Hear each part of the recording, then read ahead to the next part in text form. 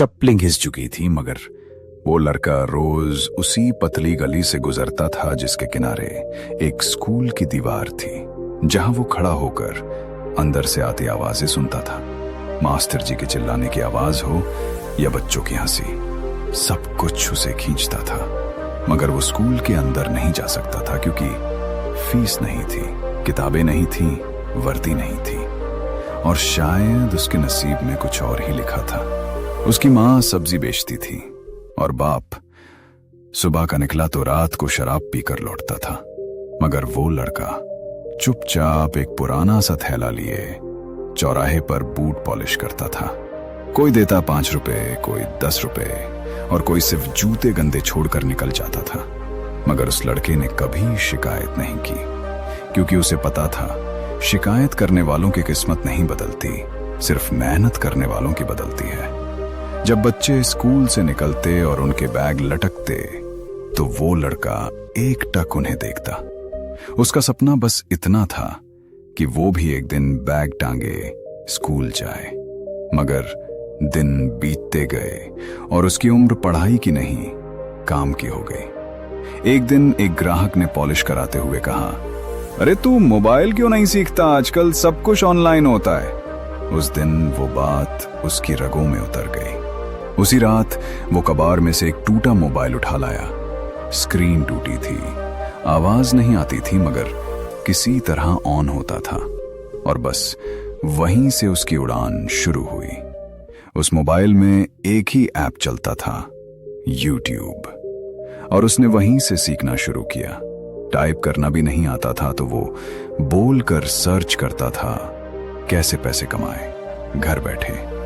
पहली बार जब उसने ऑनलाइन कमाई की बात सुनी तो उसे लगा जैसे किसी ने उसकी आंखों के सामने एक नया दरवाजा खोल दिया हो। उसने फ्री में उपलब्ध हर चीज सीखी, graphic design, video editing, thumbnail बनाना, कैप्शन लिखना और फ्रीलांसिंग कैसे शुरू करें, सब कुछ। फिर एक दिन उसने एक फेसबुक ग्रुप पर अपनी एक डिजाइन डाली और एक अंग्रेज ने उसे $2 भेज दिए।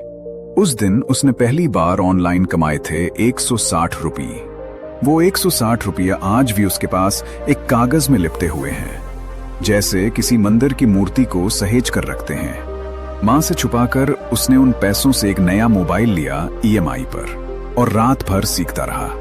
उसने खुद को फ्रीलांस वेबसाइट्स पर रजिस्टर किया, अपने जैसे गरीबों के लिए एक वेबसाइट बनाई जहां फ्री कोर्सेज के लिंक दिए और लोगो डिजाइन करने लगा। घर के एक कोने में छोटी सी मेज लगाई और उस पर लैपटॉप रखा, जो उसने 3 महीने के बाद खरीदा था।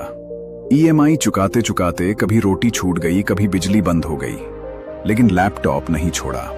एक दिन जब उसने $200 का एक क्लाइंट पकड़ा तो उसे समझ आया कि जो लड़का जमीन पर सोता था उसके सपने अब आसमान से बातें करने लगे हैं। फिर उसने मां के लिए एक छोटी सी कुर्सी ली। मां रोज सब्जी बेचती थी और उसने कहा, अब मां तू नहीं जाएगी। मां ने आंसुओं के साथ कहा, बेटा तू तो जमीन पे सोता था, तूने तो बोला था एक दिन रॉकेट बनेगा तू, और तू सच में उड़ गया। जब उसके पुराने मोहल्ला वाले आए और उससे बोले, बेटा हमें भी सिखा दे, कैसे किया तूने ये सब, तू तो हमारा लड़ला निकम्मा था, उसने सिर्फ इतना कहा, एक काम करो, अपने बच्चों के सपने मत मारो, उन्हें उड़ने दो। आज उसके 3 बिजनेस हैं, एक डिजाइन एजेंसी, एक ऑनलाइन स्कूल और एक फाउंडेशन जो उन बच्चों को फ्री इंटरनेट और लैपटॉप देता है जिनके पास सिर्फ सपने हैं। उसने वापस उसी गली में एक छोटा सा सेंटर बनाया जहां कभी वो फुटपाथ पर सोता था। वहीं जहां से उसकी कहानी शुरू हुई थी, आज उस जगह नए सपने जन्म ले रहे हैं। जब उसे एक बड़े इवेंट में बुलाया गया और स्टेज पर एंकर ने कहा, please welcome the boy who once slept on a footpath and now own 3 startups. तो पूरी ऑडियंस ने खड़े होकर तालियां बजाईं, लेकिन उसकी आंखों में आंसू थे। उसने सिर्फ एक लाइन बोली, मैं रॉकेट नहीं था, सिर्फ मिट्टी का एक टुकड़ा था, लेकिन सपने ने मुझे जला दिया और दुनिया ने मुझे उड़ा दिया। अगर तुम भी जमीन पर हो तो घबराओ मत, जमीन से उगने वाले पौधे ही सबसे ऊंचा बढ़ते हैं और कभी कभी सबसे खूबसूरत फूल मिट्टी के सबसे नीचे कोने से निकलते हैं। मैं वही फूल हूं जिसे सबने कुचला था, और आज वही फूल लोगों के घरों की महक बन गया है। दुनिया तुम्हें ठुकराएगी, मजाक बनाएगी, तुमसे कहेगी तू कुछ नहीं बन सकता, लेकिन जिस दिन तुम्हारे सपने जाग गए ना, उस दिन यही दुनिया तुम्हारा रास्ता बनाएगी।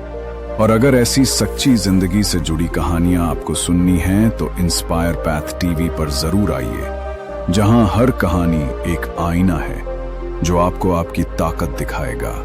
अगर इस कहानी ने आपके दिल को छुआ हो तो लाइक जरूर कीजिए, कमेंट में अपने अल्फाज छोड़िए, शेयर कीजिए किसी ऐसे दोस्त तक जो टूट रहा है, और सब्सक्राइब कीजिए इंस्पायर पैथ टीवी को ऐसी और कहानियों के लिए जो सिर्फ कहानी नहीं, जीती जागती प्रेरणा होती हैं।